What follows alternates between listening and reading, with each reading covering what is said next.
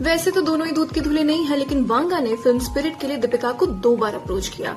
पहली बारी में तो दीपिका ने मना कर दिया बिकॉज ऑफ अ प्रेगनेंसी, लेकिन वांगा ने दीपिका को रिप्लेस नहीं किया। Instead he chose to wait, यानी कि वांगा के मन में Deepika was not one of the choices but she was the only choice. Dua की डिलीवरी के बाद दीपिका ने ये स्क्रिप्ट दोबारा पढ़ी और उन्होंने कहा कि उनको ये रोल बहुत ही लेयर्ड और नुआंस लगा, पर फिर आए एक्स्ट्रा डिमांड्स जैसे कि प्रॉफिट में share, limited working hours. In fact उन्होंने तेलुगु में भी डबिंग करने से मना कर दिया। अब दीपिका की इतनी सारी डिमांड्स वांगा को रास नहीं आए और दीपिका ने डिसाइड किया to quit this film. Deepika के इस डिसीजन के 20-25 दिन के बाद वांगा ने अपनी स्टोरी पे लिखा कि उन्होंने तृप्ति डिमरी को इसके लिए कर लिया है कास्ट। और अब इसी के साथ शुरू होती है असली problem, the dirty PR game. जैसे ही तृप्ति की कास्टिंग हुई, दीपिका की पीआर मशीन फुल फोर्स में आ गई और सडनली ये कहा जाने लगा कि बोल्ड सीन की वजह से दीपिका ने इस फिल्म से एग्जिट मारी है। लेकिन ये एक बहुत ही सोचा समझा पीआर मूव था।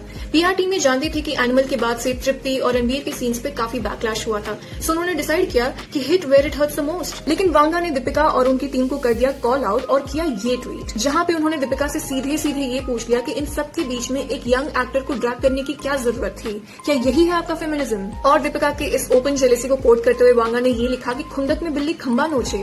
भाई वांगा को इतनी हिंदी आती है तो मुझे भी नहीं पता थी। लेकिन एक बात तो साफ है कि थिएटर्स पे स्पिरिट जब भी लगेगी उसका पुल सिर्फ 2 रीजंस की वजह से होगा। पहला वांगा का डायरेक्शन और दूसरा प्रभास द मेगा स्टार। चाहे दीपिका हो या तृप्ति हो, ये दोनों ही उनको आउटवेट तो नहीं कर सकते। लेकिन अभी इसी बात पे इंटरनेट 2 हिस्सों में बटा हुआ है। पहले वो जो दीपिका को सपोर्ट कर रहे हैं और कह रहे हैं कि दीपिका अब अपने करियर के उस मुकाम पे है जहां पे वो अपनी डिमांड्स रख सकती हैं। अगर यही डिमांड्स किसी मेल एक्टर ने की होती तो लोग उसको पावरफुल या जस्टिफाइड कहते, लेकिन जब दीपिका जैसी एक्ट्रेस अपनी डिमांड रखती है तो उसको लोग एटीट्यूड कहने लगते हैं। लेकिन प्रॉब्लम यहाँ पे तब आती है जब दीपिका की पीआर टीम तृप्ति को टारगेट करना शुरू कर देती है। दीपिका जो अपने करियर के टॉप पे हैं, उनसे 10-15 साल जूनियर तृप्ति को यहाँ पे स्लट शेम करने की कोशिश की जा रही है।